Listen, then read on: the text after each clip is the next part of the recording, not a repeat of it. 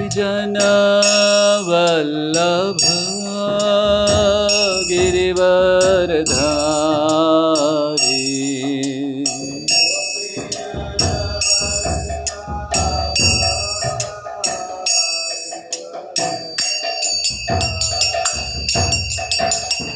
यशोदानंदन ब्रज जन रंजन यशोदानंदन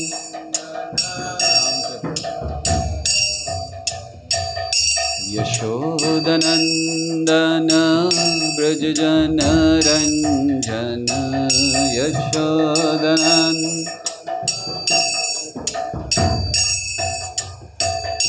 जमुना तीरा वनचारी यमुना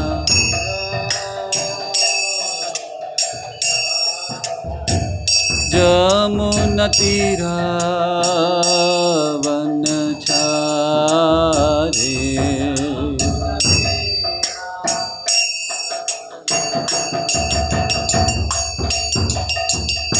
राधा माधव कुंज बिहारी।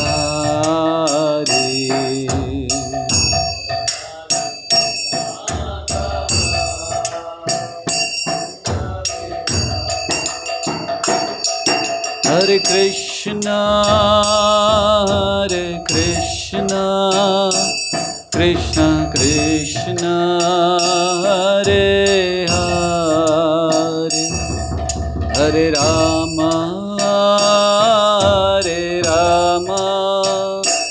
राम राम हरे हरे, हरे कृष्ण हरे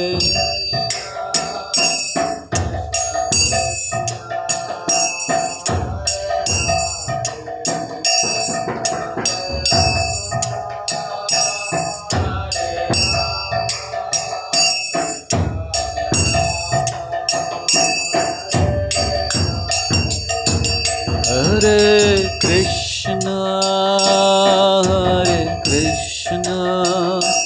कृष्ण कृष्ण हरे हरे, हरे राम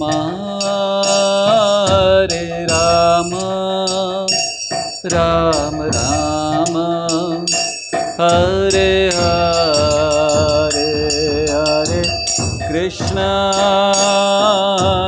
कृष्ण कृष्ण हरे हरे।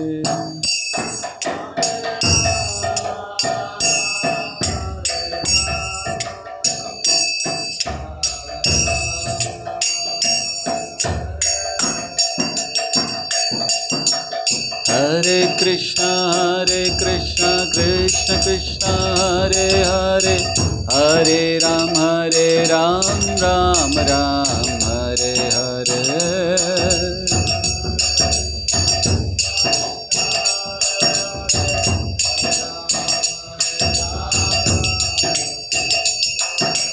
हरे कृष्ण कृष्ण कृष्ण हरे हरे, हरे राम राम राम हरे हरे।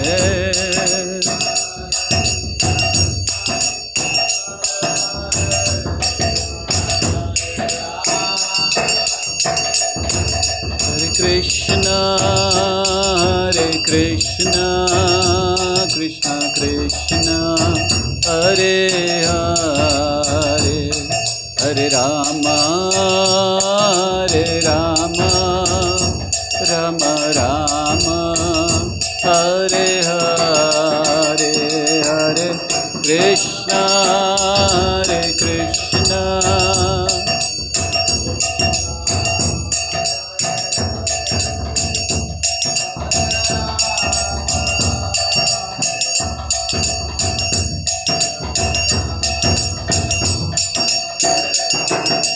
जय प्रभुपद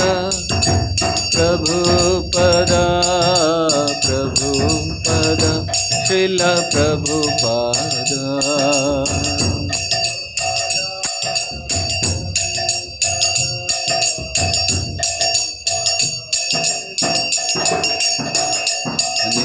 गौरा हरि बोल, हरि बोल, हरि बोल निताय गौरा हरि बोल।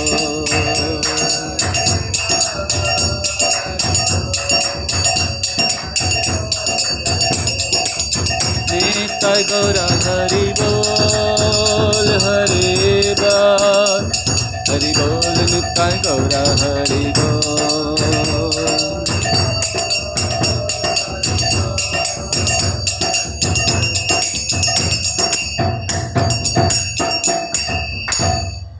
जय ओम विष्णुपाद परमहंस परिव्राजकाचार्य स्तोत्रशत श्री श्रीमद्भय चरणारविंद भक्ति वेदांत स्वामी शिल प्रभुपाद की।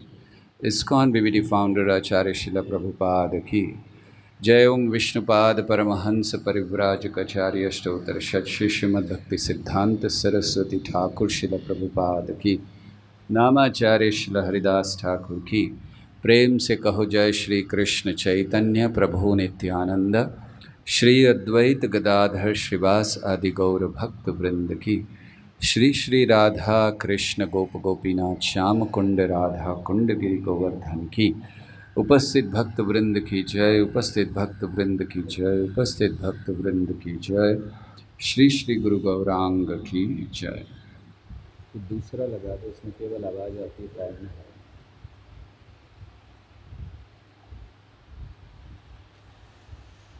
ओम ज्ञानतिमिरान्धस्य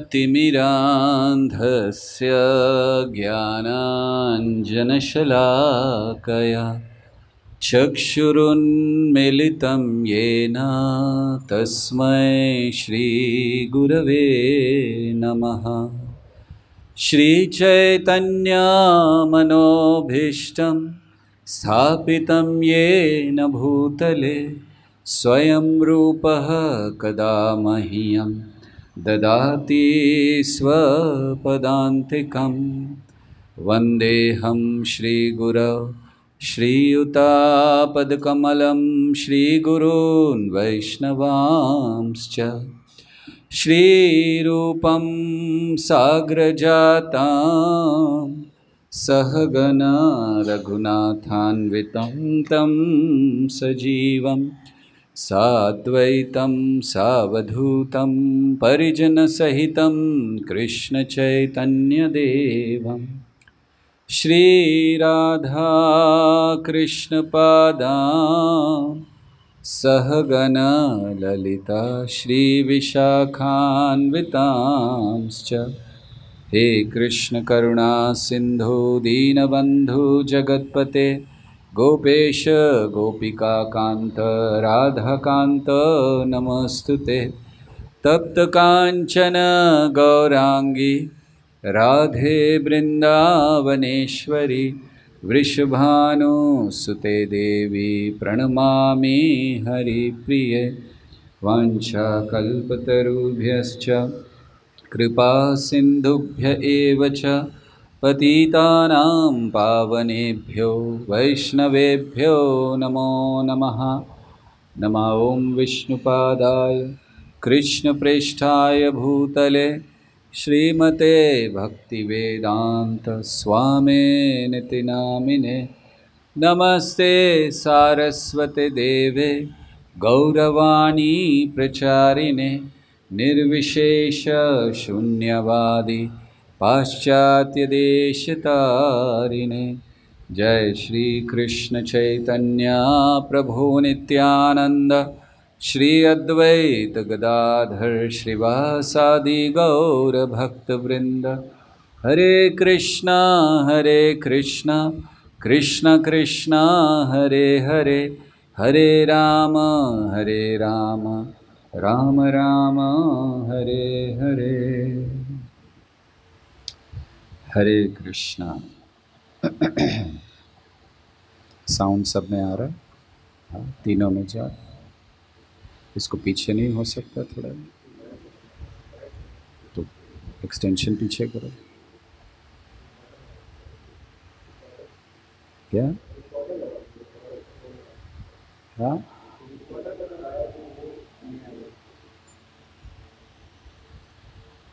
हरे कृष्ण।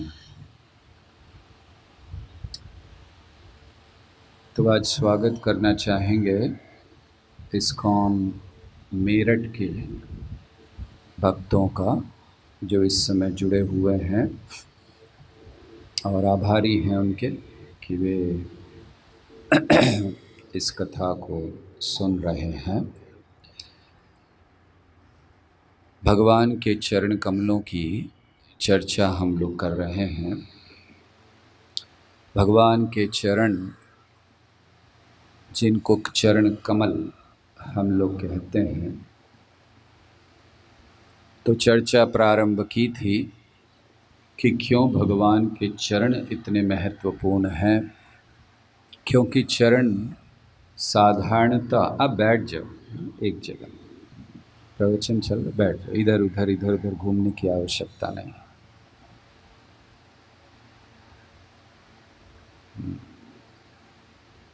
सो चरणों की चर्चा हम लोग कर रहे हैं और चरण कमल की चर्चा हम लोगों ने की। तो चरण क्यों? क्योंकि चरण समर्पण का सूचक हैं। चरण के प्रति समर्पण किया जाता है और ये भक्ति के भी सूचक हैं। और फिर इनकी तुलना कमल से क्यों की जाती है? इनकी तुलना कमल से इसलिए की जाती है क्योंकि हमने चर्चा की विशेष करके कमल ये एक विशेष प्रकार के मधु का, इससे मधु का प्राकट्य होता है जिसे पद्म मधु कहते हैं। और वो पद्म मधु बहुत महत्वपूर्ण होता है। साथ ही साथ कमल जल के बाहर रहता है, जल को स्पर्श नहीं करता और इस तरह से हम लोग इसको जान सकते हैं। तो चरण कमल की चर्चा हम लोगों ने प्रारंभ की। क्या अलग अलग लोग, सुखदेव गोस्वामी क्या कहते हैं भगवान के चरणों के विषय में? समाश्रिता ये पद पल्लवम प्लवम महत पदम पुण्य यशो मुरारे। और फिर नाग पत्नियाँ क्या कहती हैं भगवान के चरणों के बारे में? रुक्मिणी देवी क्या कहती हैं? और अंततः गोपियाँ क्या कहती हैं? तो हम लोगों ने अलग अलग चर्चा की भगवान के चरणों के विषय में। जैसे गोपियाँ कहती हैं, प्रणत देहिना पाप कर्षणम तृणचरानुगम श्रीनिकेतनम फणिफणार्पितं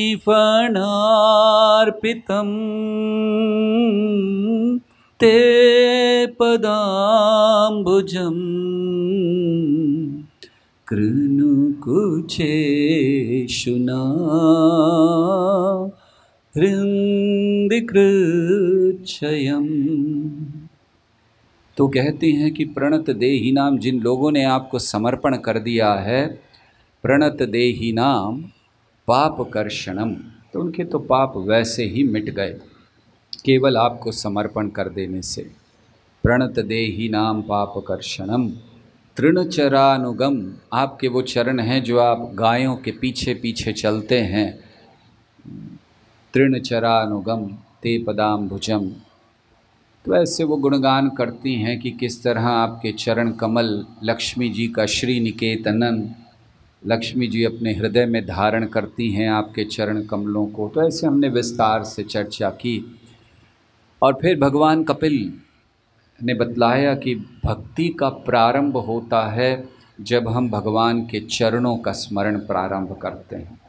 और जब ये स्मरण बड़ा तीव्र हो जाता है, जैसे स्मरणम को बताया गया है, श्रवणम कीर्तनम स्मरणम, तो जब हम श्रवण कीर्तन करते हैं, भगवान का स्मरण करते हैं, ये स्मरण बड़ा तीव्र होता है, तो फिर वो पाद सेवनम में परिवर्तित हो जाता है।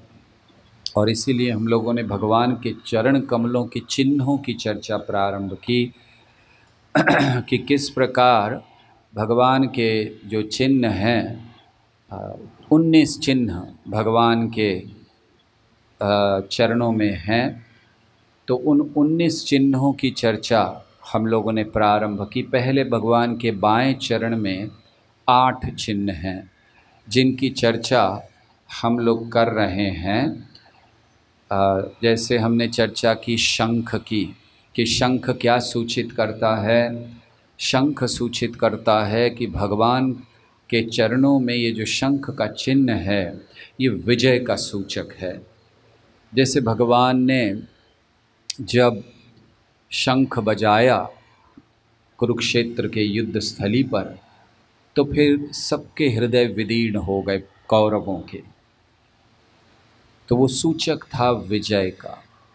तो शंख की चर्चा हम लोगों ने की। अंबर की चर्चा की, भगवान के चरणों पर अंबर का चिन्ह है, जिसका अर्थ है कि भगवान सर्वत्र हैं लेकिन पूर्ण अनासक्त हैं। फिर हमने धनुष की चर्चा की कि कैसे भगवान के चरणों पे जो धनुष है उसको स्मरण करके एक भक्त बड़ी तीव्रता से प्रार्थना कर सकता है कि हे कृष्ण, इस महामंत्र को जप करते हुए जब मैं भगवान के नाम का, आपके नाम का जप कर रहा हूँ, तो इसको एक ये धनुष बन जाए और इस पर तीर हो मेरे जीवन का और लक्ष्य हो आपके चरण कमल, ताकि मैं आपके चरण कमलों को प्राप्त कर सकूं। तो ऐसे हम लोगों ने शंख की चर्चा, फिर हम लोगों ने अंबर की चर्चा, धनु की चर्चा की, गोष्पद की चर्चा हुई कि कैसे भगवान के चरणों में जो गोष्पद चिन्ह है वो कैसे हमें क्या सूचना देता है। फिर हमने त्रिकोण की चर्चा की है, फिर कुंभ की चर्चा की है। ऐसे कई चर्चाएं करते करते अब 15 चिन्हों की चर्चा हम लोग कर चुके हैं भगवान के चरण कमलों में। कल हम लोग चर्चा कर रहे थे कि किस प्रकार भगवान के चरणों में अंकुश है, भगवान के चरणों में ध्वज है, विजय की पताका। और हम लोगों ने प्रार्थना की कि किस तरह ये विजय की पताका हम भी विजय प्राप्त करना चाहते हैं। किस पर विजय प्राप्त करना चाहते हैं? हम विजय प्राप्त करना चाहते हैं अपनी इंद्रियों पर। हम विजय प्राप्त करना चाहते हैं अपनी अपराध की मानसिकता पर। हम विजय प्राप्त करना चाहते हैं उन सारे सिद्धांतों और दर्शनों पर जो भक्ति के विरुद्ध हैं। और अंततः हम विजय प्राप्त करना चाहते हैं स्वयं भगवान पर, जो अजीत हैं। जैसे ब्रह्मा जी बताते हैं, ज्ञाने प्रयासमुदपस्य नमन्ति एव जीवन्ति सन्मुखरितां भवदीय वार्ता स्थाने स्थितः श्रुतिगतां तनुवाक्मनोभि ये प्रायशो जितो जितोप्यसितैस्त्रलोक्यम्। तो इस लोक में यहाँ रहते हुए हम अजीत को जीत सकते हैं। तो हम जीतना चाहते हैं। कैसे जीतना चाहते हैं? विजय की पताका फहराना चाहते हैं, भगवान को जीतना चाहते हैं सेवा के द्वारा, समर्पण के द्वारा, प्रेम के द्वारा, और भगवान से पराजित होकर भगवान को जीतना चाहते हैं। ये भगवान का गुण है।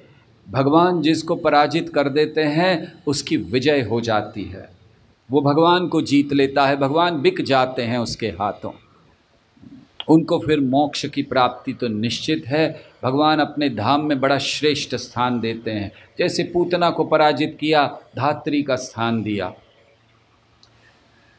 तो इसलिए हम लोग पराजित होना चाहते हैं और पराजित होकर भगवान को जीतना चाहते हैं। तो ऐसे ध्वज का वर्णन हुआ। और फिर कल अंत में हमने वज्र का वर्णन किया था। और अब आगे वर्णन करेंगे अन्य 4 चिन्हों का। क्या हुआ? हाँ ठीक। चरण चिन्हों के 4 जो चिन्ह बाकी हैं, अब उनका हम वर्णन करेंगे कि किस प्रकार ये जो 4 चिन्ह हैं भगवान के चरणों में, वो कैसे हमें भक्ति में मदद कर सकते हैं। तो एक चिन्ह है, अब हम 16वें चिन्ह की बात करें तो 16वां चिन्ह है छत्र का, या आप लोग छतरी जिसको कहते हैं, लेकिन छत्र। छत्र अर्थात जो राजाओं के सर पर होता है। राजा जब होते हैं तो राजा उस छत्र को धारण करते हैं। तो ये जो छत्र है ये वर्षा से तो बचाता ही है, धूप और वर्षा से, लेकिन ये महाराजाओं का सूचक भी है। अर्थात जो भगवान के भक्त होते हैं, ये बहुत हिल रहा है, बंद कर दो उसको। जो भगवान के भक्त होते हैं वे लोग महाराज की तरह होते हैं, महाराजा होते हैं। मतलब वे लोग उस छत्र को धारण करने के योग्य व्यक्ति होते हैं। यह कहना चाहिए कि केवल भगवान के भक्त ही योग्य हैं छत्र को धारण करने के लिए, अन्य सब तो केवल नाम के महाराज हैं। क्योंकि महाराजा का अर्थ क्या होता है? राजा किसे कहते हैं? राजा उसे कहते हैं जिसने सबको जीत लिया। राजा उसे नहीं कहते जो केवल कुछ भूमि को जीते और अपनी इंद्रियों को जीत नहीं पाए। प्रहलाद महाराज अपने पिता से कहते हैं कि आपके अंदर यही कमी है। जब पिता ने पूछा कि क्या करना चाहिए, सबसे अच्छी चीज़ क्या है, तो प्रहलाद महाराज ने कहा, तत्साधु मन्ये असुरवर्य देहिनां सदा समुद्वेग्न धियान असत्ग्रहाण हित्वात पातं गृह अंधकूपम वनं गतो यत् हरिमाश्रयेत। तो उन्होंने कहा कि आपने अपनी इंद्रियों को वश में नहीं किया है और आप त्रिलोक को जीतने की इच्छा रखते हैं। तो सही महाराजा कौन है? जिन्होंने इंद्रियों को वश में किया है, और वो कौन है? भगवान के भक्त। इसीलिए केवल उनको अधिकार है इस छत्र का। और एक छत्र हम लोग स्मरण आता है जो भगवान ने अपनी लीला की, गोवर्धन लीला, जहाँ गोवर्धन पर्वत को एक छत्र के समान उन्होंने उठा लिया। अपनी बाएं हाथ की छोटी उंगली के नाखून पर, कहना चाहिए, नख ऊपर गोवर्धन धारियो नाम पढ़ो गिरधारी। तो भगवान ने उसको भी एक छत्र की तरह उठाया। क्या दिखलाने के लिए कि भगवान अपने भक्तों की सदैव रक्षा करते हैं। तो छत्र ये बहुत महत्वपूर्ण है। हम जब भगवान के चरणों का स्मरण करें, हम जब कल जप करें भगवान के नाम का, तो हम इस छत्र का स्मरण करें, और इस छत्र के स्मरण करके हमारे हृदय में कृतज्ञता भर जानी चाहिए। क्या कृतज्ञता होनी चाहिए? हमें कृतज्ञता होनी चाहिए कि हे भगवान, मैं इतना भाग्यवान हूँ कि मुझे ऐसे छत्र प्राप्त हुए हैं जो ब्रह्मांड में घूमने वाले बहुत सारे जीवों को प्राप्त नहीं होते। क्या छत्र मिला है मुझे? हमें भगवान को कहना चाहिए कि हे भगवान, मुझे छत्र मिला है भक्तों के संग का, मुझे छत्र मिला है ये पूरी परंपरा का, मुझे छत्र मिला है मेरे गुरु महाराज का, और मुझे छत्र मिला है इस इस्कॉन संस्था का। तो हमें प्रार्थना करनी चाहिए भगवान से कि जिस प्रकार आपने गोवर्धन उठाया और उसके नीचे जितने भी ब्रजवासी थे, चाहे पशु हों, कोई अन्य प्राणी हों, मनुष्य हों, वो सब बड़े संतुष्ट थे, बड़े आनंद में थे, और आपके मुखारविंद को देख देख कर बड़ी प्रसन्नता का अनुभव कर रहे थे, आध्यात्मिक जगत में स्थित थे। इसी तरह हे भगवान, ये जो छत्र मुझे प्राप्त हुआ है, भक्तों के संग का छत्र, इसका मूल्य मैं समझ सकूं। परंपरा का छत्र, इसके द्वारा दी गई शिक्षाओं को मैं ग्रहण कर सकूं। गुरु का छत्र, इनकी सेवा मैं कर सकूं। और इस संस्था इस्कॉन का छत्र मुझे प्राप्त हुआ है। मैं सदैव इस संस्था में रहकर श्रील प्रभुपाद के नाम को, उनके कार्य को और उनकी शिक्षाओं को पूरे जगत में फैला सकूं। ऐसी प्रार्थना हमें भगवान से करनी चाहिए। ये जीवन की पूर्णता है। श्रील प्रभुपाद चाहते थे, श्रील प्रभुपाद ही नहीं स्वयं चैतन्य महाप्रभु चाहते थे कि इस पूरे जगत में कृष्ण के नाम का प्रसार हो। महाप्रभु कहते हैं मैं एक अकेला माली हूँ, लेकिन आप अगर सब मुझे सहयोग करें तो कितने सारे भक्ति के वृक्ष फैला सकते हैं। श्रील प्रभुपाद ने भी यही कहा कि मैं एक बूढ़ा व्यक्ति, मैंने इतना किया, अगर हम सब मिलकर भक्ति का प्रचार करें तो प्रभुपाद कहते थे 18 दिन में, जैसे भगवान ने 18 दिन में धर्म की स्थापना कर दी, प्रभुपाद कहते थे 18 दिन में पूरी पृथ्वी को कृष्ण भावना भावित बनाया जा सकता है। अगर हर व्यक्ति इस चीज़ को स्वीकार कर ले कि ये 4 जो छत्र हमें प्राप्त हैं, इनके महत्व को समझकर कृतज्ञता से भरे हृदय को समर्पित कर दे इनके चरणों में। भक्तों का संग है, अपराध नहीं करूं, गुरु प्राप्त हैं और इनके चरणों में रहकर इनकी सेवा करूं, परंपरा है इनके बताए हुए शिक्षाओं को अपने जीवन का आधार बनाऊं, और ये संस्था है जिसको सदैव और आगे बढ़ाने के लिए मैं कार्य करता रहूं, कभी भी इसको तोड़ने का प्रयास ना करूं। तो ये छत्र है, भगवान के जो चरण चिन्ह हैं उसमें ये छत्र है। दूसरा चिन्ह अर्थात 17वां चिन्ह, आज के दिवस का दूसरा चिन्ह जिसकी हम चर्चा करेंगे, और वो है अष्टकोण। अष्टकोण ये क्या सूचित करता है? ये 8 दिशाओं को सूचित करता है। आपने कई बार सुना होगा, कभी 10 दिशाएं कही जाती हैं, कभी 8 दिशाओं में उनका जो प्रताप था वो फैल गया। तो ये 8 दिशाएं क्या हैं? साधारणतः हम लोग तो 4 ही दिशा जानते हैं, नहीं 8 भी होती हैं, 10 भी होती हैं। तो 4 दिशाएं जो हम जानते हैं, उत्तर दक्षिण पूर्व पश्चिम, और बाकी की 4 दिशाएं वो जो उनके मध्य में हैं उनको कहते हैं। जैसे उत्तर है और पूर्व है तो उसके मध्य की एक दिशा, उत्तर है और पश्चिम है उसके मध्य की एक दिशा।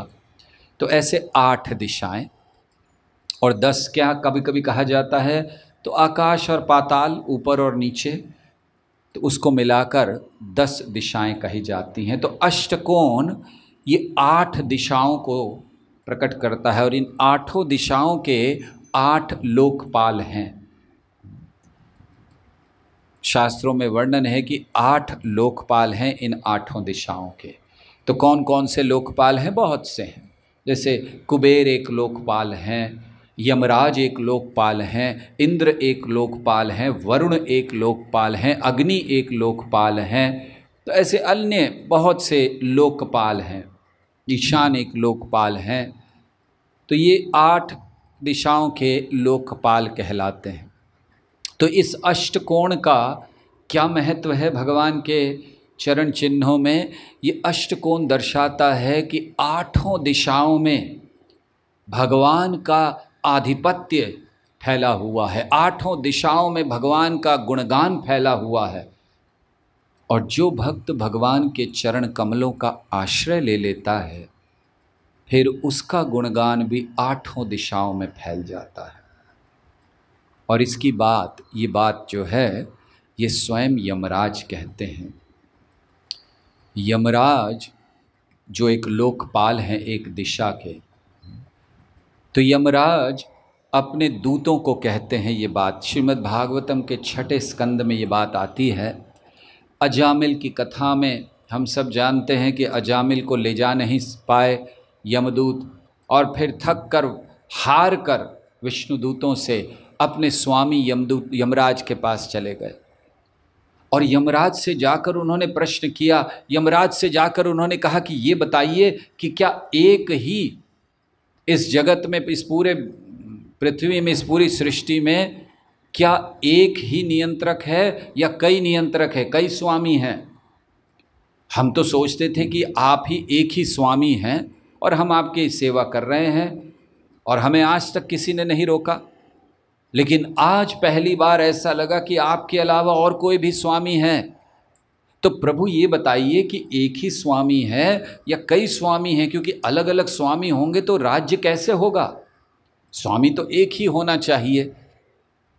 और हम गए थे, लेकिन हमें वो 4 बड़े सुंदर लोग आए थे, उन्होंने हमें वापस भेज दिया। हम आपके आदेश को पूरा नहीं कर पाए। तो कौन है ये लोग? यमराज ने जब सुना विष्णु दूतों के बारे में तो यमराज बड़े प्रसन्न हो गए। और यमराज बड़े प्रसन्न होकर यमदूतों से कहते हैं, क्या कहते हैं यमदूतों से? यमराज कहते हैं कि मेरे जितने भी देवता हैं उन सब के और हम सब के एक स्वामी हैं भगवान कृष्ण। वो हमसे भी ऊपर हैं, हम तो उनके सेवक हैं। और जिनको तुमने देखा था, जो तुम्हें मिले थे, वो उनके दास हैं, वो उनके दूत हैं, दास हैं, जिन्हें वैष्णव कहा जाता है। और ये जो वैष्णव होते हैं, यमराज कहते हैं, ये स्वच्छंदता से घूमते हैं पूरी पृथ्वी पर, पूरे ब्रह्मांड में, हर जगह पर। इनको कोई रोक नहीं सकता, क्योंकि ये भगवान के दास हैं, वैष्णव हैं। तो यमराज कहते हैं कि ये जो सारा जगत है, ये भगवान के धर्म के अनुसार, सिद्धांत के अनुसार चलता है। और वो धर्म क्या है? धर्मम तो साक्षात भगवत प्रणीतम। यमराज कहते हैं कि धर्म वो है जो साक्षात भगवान बनाते हैं और हम सब उसका पालन करते हैं, बस। और जो वो धर्म क्या है, वो कहने लगे, अपने दूतों से कहते हैं कि जिनकी रक्षा भगवान करते हैं, जो भगवान के चरण कमलों का आश्रय ले लेते हैं, जो वैष्णव कहलाते हैं, भगवान उनकी रक्षा सभी प्रकार के शत्रुओं से करते हैं, सभी प्रकार के कष्टों से करते हैं। और इतना ही नहीं, यमराज कहते हैं कि जिस व्यक्ति ने एक बार भगवान का नाम ले लिया, हरे कृष्णा कृष्णा कृष्णा हरे हरे, हरे राम राम राम हरे हरे, यमराज कहते हैं कि वो मेरे अधिकार क्षेत्र से बाहर चला जाता है, फिर मेरा कोई अधिकार नहीं है उस पर। अर्थात यमदूतों को वो कह रहे थे कि आगे से अगर किसी वैष्णव को देखो, जिसके गले में कंठी हो, जिसके माथे पर तिलक हो, जिसकी जिह्वा पर कृष्ण का नाम हो, वो तुम्हारे अधिकार में नहीं है, उसको छूना भी नहीं। तो यमराज ने ये कहा। और फिर यमराज ने कहा बहुत सुंदर बात। वो कहते हैं कि जीवन का उद्देश्य है भक्ति करना, और भक्ति का प्रारंभ होता है, यमराज के अनुसार, यमराज कहते हैं भक्ति का प्रारंभ होता है भगवान के नामों के उच्चारण से। हरे कृष्णा कृष्णा कृष्णा हरे हरे, हरे राम राम राम हरे हरे। और उन्होंने अपने दूतों से कहा, तुम देखना चाहते हो कि इस नाम के उच्चारण की क्या शक्ति है? तो दूतों ने कहा, हाँ हम देखना चाहते हैं। तो फिर यमराज ने कहा, रे मूर्खों, अभी अभी तो देख कर आए हो, अजामिल को ला नहीं पाए तुम, क्योंकि अजामिल ने बस एक बार इस नाम को ले लिया, नारायण। तो इसीलिए वे बताते हैं कि वह तुम्हारे क्षेत्र से बाहर है। तो इस तरह ये जो अष्टकोण है, ये प्रकट करता है कि वो भक्त जो भगवान के चरणों का आश्रय ले लेता है, वो यमराज और अन्य देवताओं के क्षेत्र से बाहर हो जाता है। कुबेर जी जो और एक लोकपाल हैं, इन्होंने भी ध्रुव महाराज को यही बात समझाई। ये वो समय था जब ध्रुव यक्षों को मार रहे थे और कुबेर जी उनके प्रधान हैं, तो उन्होंने आकर संतुष्ट हो गए, बंद किया। तब कुबेर जी ने आकर कहा ध्रुव से, उन्होंने कहा कि हे ध्रुव, ये जो तुमने यक्षों को मारा या यक्षों ने तुम्हारे भाई को मार दिया, दरअसल ये सब हम लोग सोचते हैं हम कर रहे हैं, लेकिन होता भगवान के आदेश से है, भगवान की इच्छा से होता है, उनकी इच्छा के बिना कुछ नहीं होता। इसीलिए हे ध्रुव, बहुत सुंदर उपदेश कुबेर जी ने ध्रुव महाराज को दिया। उन्होंने कहा कि ध्रुव, अहंकार के कारण हम भगवान को देख नहीं पाते, मैं और मेरा में भगवान को भूल जाते हैं। इसीलिए ध्रुव को आदेश दिया कुबेर जी ने कि भक्ति करो, भगवान की भक्ति में लगो। ये सब अब युद्ध कर लिया, अब भगवान की भक्ति में लगो, क्योंकि केवल वही हैं जो हमें मुक्त कर सकते हैं। तो ऐसे कुबेर जी ने भी ये दिखलाया कि आठों दिशाओं में जिनका प्रताप, जिनका गुणगान फैला हुआ है, वो भगवान कृष्ण हैं। तो इसीलिए हमें भी प्रयास करना चाहिए कि हम लोग भगवान के चरण कमलों का स्मरण करते हुए, भगवान को ध्यान करते हुए जीवन समर्पण की तैयारी करें, जिससे जीवन के सही उद्देश्य को प्राप्त कर सकें। तो ये अष्टकोण भगवान के चरण चिन्हों में है। तो अब तक हम लोग 17 चिन्हों की चर्चा कर चुके हैं। 18वां चिन्ह है स्वास्तिक। स्वास्तिक का चिन्ह, जिसे आप सब जानते हैं, ज़्यादातर लोग उसे गणेश जी का चिन्ह मानते हैं, लेकिन ये स्वास्तिक चिन्ह गणेश जी का नहीं है। स्वास्तिक का अर्थ होता है सुअस्ति। सु यानी बहुत अच्छा, अस्ति यानी अस्तित्व या रहना या जीवन या स्थान। तो सुअस्ति मतलब बहुत शुभ अस्तित्व। तो स्वास्तिक ये शुभ चिन्ह है जो शुभत्व को प्रदान करता है। सदियों से ये चिन्ह इस्तेमाल होते आया था, लेकिन जब दूसरा विश्व युद्ध हुआ तो उस विश्व युद्ध में हिटलर ने इस चिन्ह को ले लिया।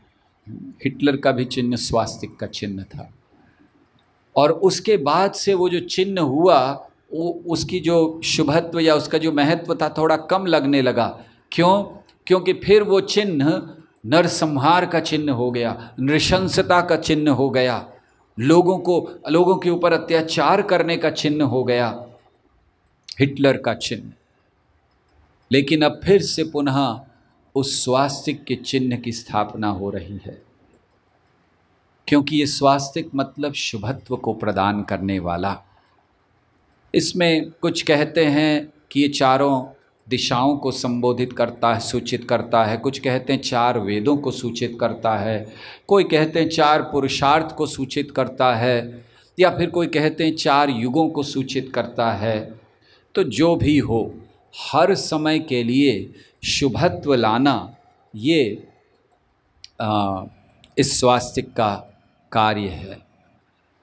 और हमारे जीवन में सच्ची तरह से शुभत्व या शुभ अवस्था कब आ सकती, किसे हम शुभ कहते हैं? हम लोग जीवन में फंसे रहते हैं शुभ अशुभ के बीच में। ये शुभ है, ये अशुभ है, इसे लेना चाहिए, इस समय करना चाहिए, उस समय नहीं करना चाहिए। सच्ची दृष्टि में शुभ क्या है, अगर इसको जानने का प्रयास करें तो पहली चीज़, सच्ची दृष्टि में शुभ ये है कि हमें, जब हम भक्तों से घिरे हुए हैं, इससे ज़्यादा शुभ चीज़ और क्या हो सकती है? अगर हम भक्तों से घिरे हुए हैं, कृष्ण का नाम ले रहे हैं, कीर्तन कर रहे हैं, कीर्तन में नृत्य कर रहे हैं, इससे ज़्यादा शुभ चीज़ और कोई इस ब्रह्मांड में हो नहीं सकती। हरे कृष्णा कृष्णा कृष्णा हरे हरे, हरे राम राम राम हरे हरे। तो पहली चीज़ सच्ची शुभत्व लाने के लिए ये जाने कि हम भगवान के भक्तों से घिरे हों। दूसरी चीज़, शुभत्व आने के लिए क्या जानना चाहिए, क्या समझना चाहिए कि कैसे जाने हमारे जीवन में सब कुछ शुभ है। जब हम अपने व्यक्तिगत लाभ की कामना को त्याग कर श्री कृष्ण की प्रसन्नता के लिए कार्य करने लगे, वो पल जीवन में सबसे शुभ पल है। वो मुहूर्त जीवन में सबसे शुभ मुहूर्त है। जिस क्षण, जिस समय आपने प्रण लिया कि आज से अपनी व्यक्तिगत सुविधाओं को, व्यक्तिगत आनंद को त्याग कर कृष्ण की प्रसन्नता के लिए कार्य करेंगे, वो जीवन का सबसे शुभ लक्षण है या शुभ मुहूर्त है हमारे लिए। साथ ही साथ जब जीवन में कष्ट आए, शुभ और अशुभ, हमारे लिए कुछ चीज़ें अशुभ हो जाती हैं तो हमें दुख होता, अरे ये कैसे समय पर काम कर दिया, बहुत दुख आ रहा है। श्रील भक्ति सिद्धांत सरस्वती ठाकुर बहुत सुंदर बात समझाया करते थे। वो कहते थे कि जब दुख आए जीवन में तो क्या करना चाहिए। दुख आए जीवन में तो एक भक्त को सोचना चाहिए कि ये दुख मेरे जीवन में आकर मुझे क्या सिखला रहा है। ये दुख मेरे जीवन में आकर मुझे ये सिखला रहा है कि मेरे जीवन में कहीं ना कहीं कुछ कमी है, पूर्णता नहीं है, इसीलिए दुख आया है, कष्ट आया है।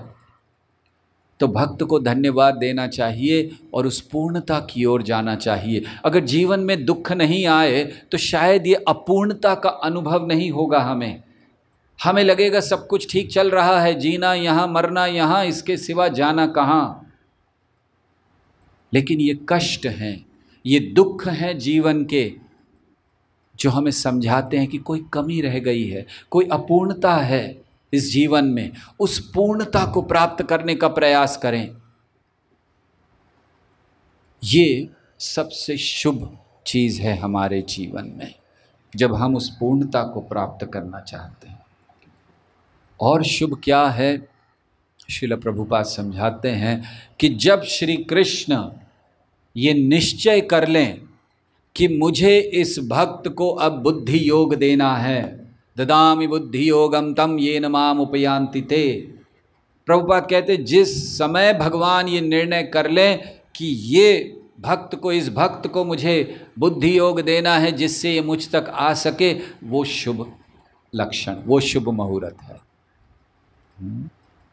तो शुभत्व क्या है, कृष्ण से जुड़ा हुआ, इसीलिए कृष्ण के चरणों में स्वास्तिक का चिन्ह है।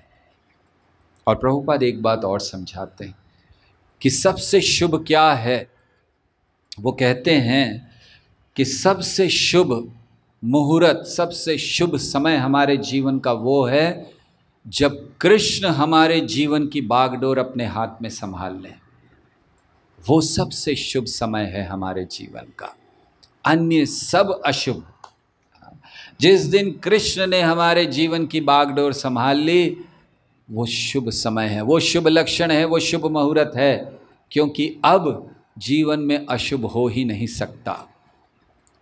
और यही प्रार्थना हमें जप करते समय भगवान के चरणों में इस स्वास्तिक के चिन्ह का स्मरण करते हुए करनी है। क्या स्मरण करते हुए क्या प्रार्थना करनी है कि हे भगवान, जिस तरह आपके केवल नाम लेने मात्र से सारे जगत में शुभत्व फैल जाता है, मेरी एक प्रार्थना है कि ये जो स्वास्तिक का चिन्ह है ये शुभत्व प्रदान करता है। और मैं चाहता हूँ कि मुझे सच्चा शुभत्व, सच्ची दृष्टि में शुभ मुहूर्त हो, और वो तब होगा जब आप मेरे जीवन की बागडोर संभालेंगे। इसलिए हे प्रभु, आज इस जप के द्वारा, आपके चरणों में इस स्वास्तिक के चिन्ह को स्मरण करने के द्वारा मैं अपने जीवन की डोर आपके हाथ में सौंप रहा हूँ। अब आप संभालिए मेरा जीवन। तो इसको हमें प्रार्थना करनी चाहिए। मानस देहोगे हो जो किछु मोर, अर्पिलु तू आपदे नंद किशोर। भगवान के चरणों में अर्पण करना है, क्योंकि एक बार अगर हम भगवान के चरणों में चले जाएं तो फिर भगवान हमें नहीं छोड़ते हैं। बहुत सुंदर उदाहरण रामायण में है। रामचंद्र जी चल रहे हैं वन में, कांटे चुभ रहे हैं, उनके बहुत कोमल चरण है, उसमें कांटे चुभ रहे हैं। लक्ष्मण ने देख लिया कांटे चुभे हैं, जैसे ही भगवान बैठे तुरंत लक्ष्मण आए, चरणों को लिया और कांटे निकालने जा रहे थे। भगवान ने मना कर दिया, रामचंद्र जी ने, नहीं निकालना कांटे। वहीं रहने दो। फिर अगले दिन भगवान चल रहे हैं, फिर कांटे लग रहे हैं। बड़े आश्चर्य की बात है, लक्ष्मण का हृदय द्रवित हो रहा है। वो कांटे भगवान के चरणों में नहीं, लक्ष्मण के हृदय में लग रहे थे। लक्ष्मण निकालना चाहते हैं, भगवान निकालने नहीं दे रहे। 6 दिन 7 दिन हो गए। लक्ष्मण ने सीता देवी से प्रार्थना की कि आप कुछ कीजिए, मेरी सेवा तो स्वीकार नहीं रहे। और फिर जब सीता देवी ने पूछा श्री रामचंद्र जी से, क्यों नहीं आप ये कांटों को निकालने देते हैं, भगवान कहते मेरा व्रत है, मेरा व्रत है कि अगर कोई मेरे चरणों में आ गया मैं कभी उसको त्यागता नहीं, चाहे वो कांटा ही क्यों ना हो। और ऐसे चरण कमलों का आश्रय लेने की प्रार्थना हमें भगवान से करनी है कि हे भगवान, भले मैं वचन देता हूँ, मैं कांटा नहीं बनूंगा आपके चरणों में, लेकिन छोटा सा स्थान मुझे प्राप्त हो जाए, क्योंकि मुझे पता है कि एक बार आपके चरण कमलों का आश्रय मिल गया तो फिर अगर मैं जाना भी चाहूँगा छोड़कर तो आप जाने नहीं देंगे। इसीलिए मेरे ये प्रार्थना स्वीकार कीजिए। तो ये स्वास्तिक का चिन्ह है। और अब अंतिम चिन्ह की बात करेंगे, जो एक फल का चिन्ह है, जाम्बू फल। जाम्बू फल अर्थात ये जाम्बू द्वीप के निवासियों को संबोधित करता है, उनका प्रतिनिधित्व करता है। आप सब ने देखा होगा जाम्बू फल, या वो रोज़ एप्पल जिसे कहते हैं। तो ये जाम्बू फल है। तो जाम्बू फल जो प्रकट होता है, या जाम्बू फल जो संबोधित करता है, वो ये कि जितने भी जाम्बू द्वीप के निवासी हैं वो प्रार्थनाओं के द्वारा भगवान की शरण ले रहे हैं। जाम्बू द्वीप ये बहुत बड़ा द्वीप है, इसमें कई वर्ष हैं, हरि वर्ष है, केतुमाल वर्ष है इत्यादि। और उसमें हर एक वर्ष में, हर एक सहवर्ष मतलब एक स्थान में भगवान को प्रार्थनाएं अर्पण करी जा रही हैं। 5वें स्कंद में वर्णन आता है, भगवान को प्रार्थना, कहीं पर नरसिंह देव को प्रार्थना हो रही है, कहीं पर हयग्रीव को प्रार्थना हो रही है, भगवान के अवतार। तो प्रार्थनाएं अर्पण की जा रही हैं, विशेष करके जाम्बू द्वीप के निवासियों के द्वारा। हम भी भगवान को प्रार्थना करें। कभी कभी हमें लगता है कि भगवान हमारी प्रार्थना सुनते नहीं हैं। भगवान हमारी प्रार्थना कब नहीं सुनते? जब पहला लक्षण कि जब हमारी प्रार्थना हृदय से नहीं होती, जब हम बड़ी प्रामाणिकता से हृदय से भगवान को नहीं पुकारते, भगवान नहीं सुनते। और दूसरा, जब हमारी प्रार्थनाएं भगवान की योजना के अनुसार नहीं होती तो भगवान नहीं सुनते। बहुत महत्वपूर्ण है कि हम क्या मांग रहे हैं भगवान से, क्या वो वही है जो भगवान की योजना है? जीव और भगवान एक हैं, लेकिन किस प्रकार से एक हैं? एक हैं गुणों में, और एक हैं एक ही अभिष्ट में, एक ही इंटरेस्ट में। प्रभुपाद समझाते हैं कि जैसे एक परिवार का एक ही इंटरेस्ट, एक ही अभिष्ट होता है, एक समाज का एक अभिष्ट होता है, एक राष्ट्र का एक अभिष्ट होता है, ऐसे ही जीव और भगवान का एक ही अभिष्ट है, और वो हमें पूरा करना है। तो अगर हमारी प्रार्थनाएं उसके अनुसार हैं तब फिर भगवान हमारी प्रार्थनाओं को सुनते हैं।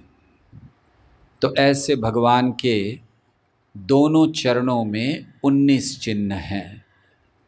बाएं चरण में 8 चिन्ह और दाहिने चरण में 11 चिन्ह। इस गोविंद चरण श्रृंखला में हमने इन 19 चिन्हों का वर्णन किया, और इसको समाप्त करने के लिए, इसके समापन पर हम एक बहुत सुंदर प्रसंग को कहना चाहते हैं जो भगवान के चरण कमलों पर है। तो ये एक बहुत सुंदर प्रसंग है जब रुक्मिणी देवी भगवान के चरणों के लिए बहुत सुंदर प्रार्थना या भगवान के चरणों के विषय में कुछ कह रही हैं। भगवान के जो चरण हैं उनके विषय में रुक्मिणी देवी बहुत सुंदर बात कहती हैं। रुक्मिणी देवी कहती हैं कि ये जो चरण हैं आपके, ऐसा हुआ कि भगवान के चरणों को देखकर रुक्मिणी देवी रोने लगी कि आंखों में आंसू निकल रहे हैं और भगवान समझ नहीं पा रहे। भगवान पूछ रहे क्या हुआ, मैं यहीं खड़ा हूं, क्यों रो रही हो? तो रुक्मिणी देवी कहती हैं कि आप नहीं समझ सकते कि मेरी आंखों से आंसू क्यों आ रहे हैं। रुक्मिणी देवी कहती हैं आप सर्वज्ञ हैं, आप सब कुछ जानते हैं, लेकिन एक बात आप नहीं जानते। और वो क्या नहीं जानते? आपके चरण कमलों का मूल्य क्या है, ये आप नहीं जानते। रुक्मिणी देवी कहती हैं आपके चरण कमलों का मूल्य आप नहीं जानते हैं, और इसीलिए आप नहीं समझ सकते कि क्यों मेरी आंखों से आंसू आ रहे हैं। क्योंकि अभी ये चरण यहाँ है, लेकिन मुझे पता है कि अभी ये चरण चले जाएंगे यहाँ से बाहर। और उस स्थिति को सोचकर मैं, भले आप अभी हमारे सामने हैं, लेकिन उस स्थिति को सोचकर मेरी आंखों से सतत आंसू बह रहे हैं। और आप नहीं समझ सकते इस बात को, क्योंकि आप जानते ही नहीं हैं कि आपके चरण कमलों का क्या महत्व है और क्या मूल्य है। प्रभुपाद समझाते हैं कि हमारे जीवन में विरह की भक्ति का बड़ा महत्व होता है। भगवान क्यों चले जाते हैं? कृष्ण चले गए वृंदावन से अपने प्रेमी भक्तों को छोड़कर, चैतन्य महाप्रभु चले गए नवद्वीप से अपने प्रेमी भक्तों को, जिनके लिए वो प्राण थे, उनको छोड़कर। भगवान राम चले गए अयोध्या से अपने भक्तों को छोड़कर, ताकि हृदय में भक्ति की तीव्रता हो सके, प्रेम बढ़ सके, और इसीलिए भगवान ये कार्य करते हैं। तो रुक्मिणी देवी उस विरह का अनुभव करने लगी और आंखों से आंसू आ रहे हैं। वो कहती हैं कि जिस दिशा में भी आपके चरण कमल होते हैं, वहाँ पर किसी के लिए वृद्धावस्था, रोग आना, मृत्यु आना, ये तो संभव ही नहीं है जहाँ पर आपके चरण कमल होते हैं। और जो आपके चरण कमलों का आश्रय ले लेता है, जो आपके चरण कमलों का अमृत पीता है, उस व्यक्ति को तो किसी दुनिया भर की कोई चिंता नहीं रहती है उसको। तो ऐसे रुक्मिणी देवी उनके चरणों का वर्णन करती हैं।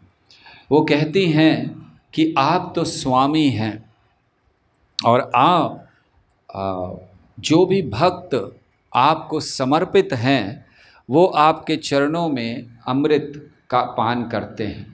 लेकिन आपके चरणों का जो महत्व है, आपके चरणों से जो भाव प्रकट होता है, मेरे अलावा केवल राधा रानी अनुभव कर सकती हैं उसको, और कोई अनुभव नहीं कर सकता। ये आपके चरणों का महत्व है, आपके चरणों में ऐसा अमृत है। और एक बार अगर किसी को आपके चरण कमल मिल जाते हैं, तो फिर वो 4 पुरुषार्थों को भी ऐसे ही त्याग देता है। 4 पुरुषार्थ ही क्या, वो तो वैकुंठ तक को त्याग देता है। वैकुंठ भी उसके लिए कोई आनंद नहीं देता। रुक्मिणी देवी कहती हैं वो भी उसके लिए तुच्छ हो जाता है। और फिर रुक्मिणी देवी कहती हैं, प्रार्थना करती हैं भगवान से। वो हाथ जोड़कर रुक्मिणी देवी ने प्रार्थना की भगवान से कि मैं आपसे भिक्षा मांग रही हूँ, मैं आपसे प्रार्थना कर रही हूँ कि मुझे एक मधुमक्खी बनकर, एक भंवरा बनकर आपके चरण कमलों में सदैव रहने दें, ताकि मैं उस मधु का पान सतत कर सकूं।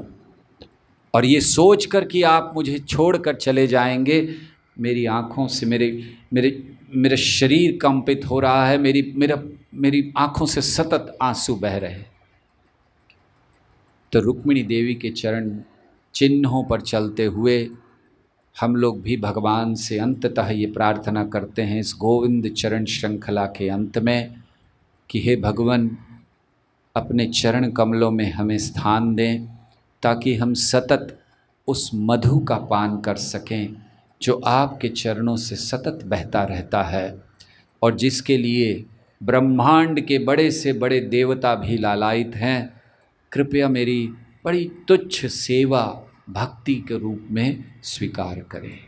हरे कृष्णा कृष्णा कृष्णा हरे हरे, हरे राम राम राम हरे हरे।